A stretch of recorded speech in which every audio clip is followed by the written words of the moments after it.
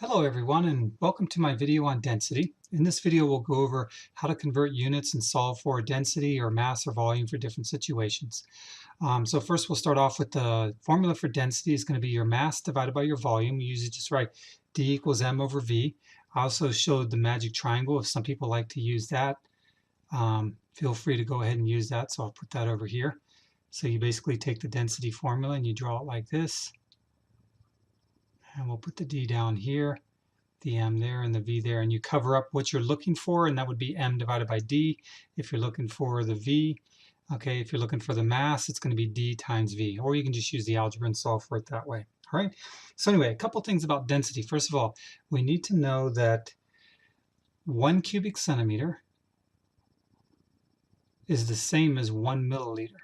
Okay, so picture a box that's 1 by 1 by 1 in terms of centimeters. That would be the same amount of space taken up in terms of volume as 1 milliliter on a graduated cylinder. Usually we use milliliters when dealing with liquids and cubic centimeters for solids, but that doesn't matter as long as you know that conversion is there. Also, sometimes when you're dealing with really light densities, like the density of air in a room, you might be given that density in liters, like a liter of Coke or something. So you need to know that 1 liter is the same as 1 cubic decimeter. Okay, so those just put the memory. We use them all the time.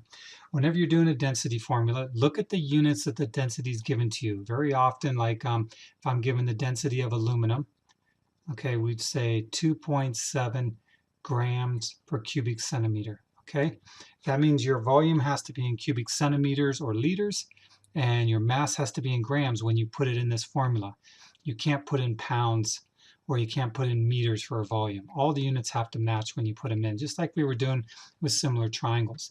And one last thing on the concept of density. If you're asked a question, why is iron more dense than wood? Okay, don't say because iron is heavier. No, you need to look at it in terms of mass per volume. You're going to say iron has more mass for the same volume as wood, or equal sizes of wood and iron, the iron would be more massive, would have more mass on it. So don't just say one's heavier than the other, because I can say a wooden tree is heavier than a small iron nail. You got to think in terms of mass divided by volume. Okay. So anyway, let's start off with the problem. Here's a lab-based problem. You're trying to find the density of some unknown metal. Remember, pure metals have a constant density. You can look up any element on the periodic table, and that density is set. It's unique for that element.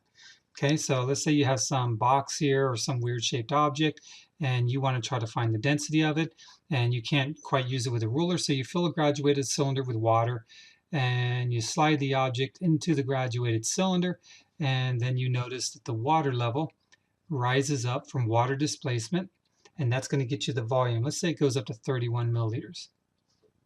Okay, so the amount of space that thing took up is its volume. So the volume is going to be 6 milliliters, which is the same as 6 cubic centimeters.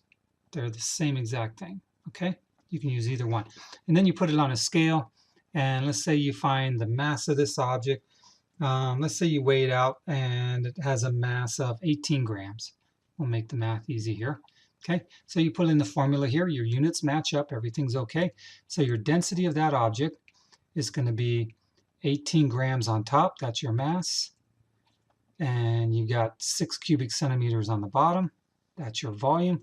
You divide it out and you get 3, and you just leave it like that and you lose points. You're like, what's up with that? How come I lost points? Because you've got no unit on it. Okay, that's 3 grams per cubic centimeter. Always put a unit on your answer. Okay, there's your final answer. You could also say 3 grams per milliliter. It's the same thing. Okay, but you got to have a unit there. Okay, when you divide gram by cubic centimeter, that's what you get. All right, let's try something a little bit more challenging here. Okay, let's say the density of aluminum is 2.7 grams per cubic centimeter. So that's a constant for aluminum. Find the mass of an aluminum cube that's 2 centimeters by 3 centimeters by 4 centimeters. Okay, so there's your length, width, and height. That's going to be your volume. Okay, so you multiply all that together and you're going to get 24 cubic centimeters. So the V is 24 cubic centimeters. Okay, you're trying to find the mass. So you got your formula, density, it's mass over volume. Okay, you put in your density of aluminum, 2.7 grams per cubic centimeter. equals, you're looking for the mass, so we'll just call that M, and we got 24 cubic centimeters. Okay, so to solve for that, I'm going to multiply top and both sides by 24. That's going to cause the unit cubic centimeter to cancel out. So you're going to have 2.7 times 24, and you'll get a mass of 65 grams. Okay, make sure you got your unit on there, because when you multiply that by that, boom, the unit's gone when you multiply both sides. Okay, let's take that same exact problem, but let's say now the dimensions are 2 inches by 3 inches by 4 inches. So I've got 2 inches, 3 inches, and 4 inches. And I need to find the mass. I want it in both grams, and I want the mass in kilograms. Okay, a little more challenging because you got unit problems here. I can't just multiply those together like I did before, get 24, put it in for the volume, and then put 2.7 in for the density, because that's cubic centimeters. And look at my density here. See that? Look at the unit. It's grams per cubic centimeter. So I need to convert all of these into centimeters and then get my volume. So you'll be given a conversion table, and you'll see on that conversion table 1 inch equals 2.54 centimeters. Okay, so set up your conversion factor at least for one of them, and then once you see how to do it, you can take a shortcut on the others. Okay, so let me scroll up here a little bit. So if I've got 2 inches and I want to turn it into centimeters, I'll multiply that by the conversion factor. So I want the unit inch to cancel out, so I'm going to put 1 inch on the bottom and 2.54 centimeters on top. Okay, so when I multiply those, they cross out diagonally, so it's just going to be 2 times 2.54. When you multiply that out, you get 5.08. We can round up later. So 5.08 centimeters. Now I see how to do it for each one. I don't need to repeat that little dimensional analysis over and over again. You can take the shortcut another time. Hold on a second.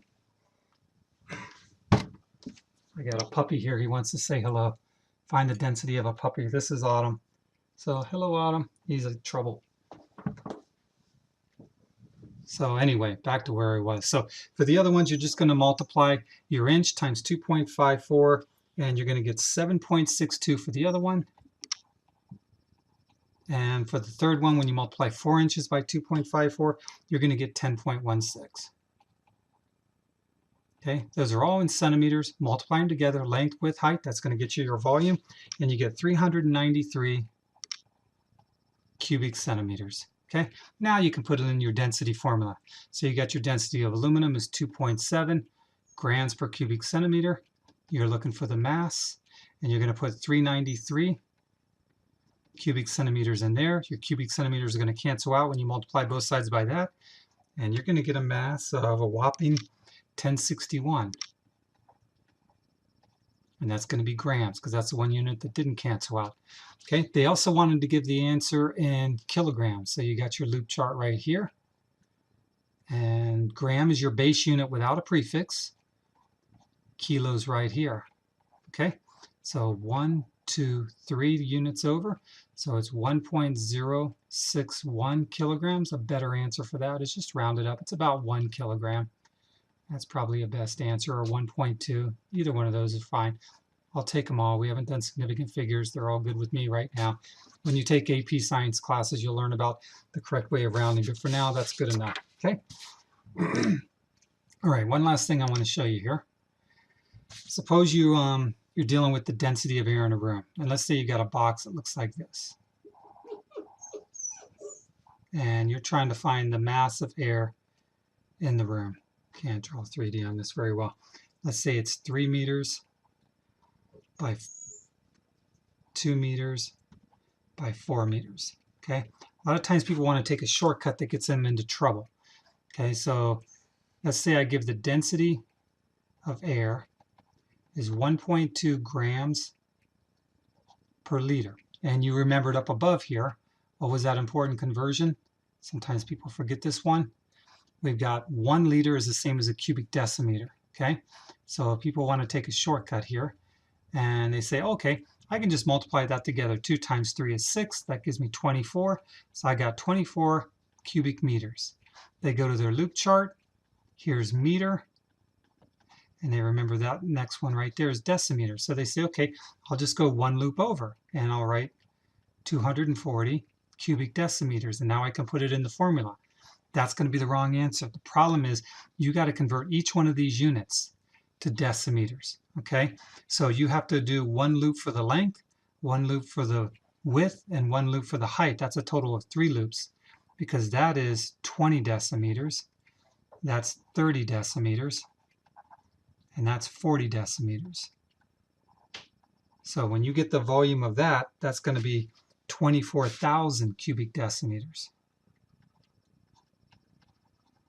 Okay, which is the same as 24,000 liters for a volume. So now you can put that for your volume into the V and then figure out the mass of air in the room using 1.29 as your density. Okay, so I hope that helps. Study this a few times until you feel like you have it down. Density is an important unit in science. We use it all the time in chemistry and physics. This is just getting the basics down. So hope you have a great day.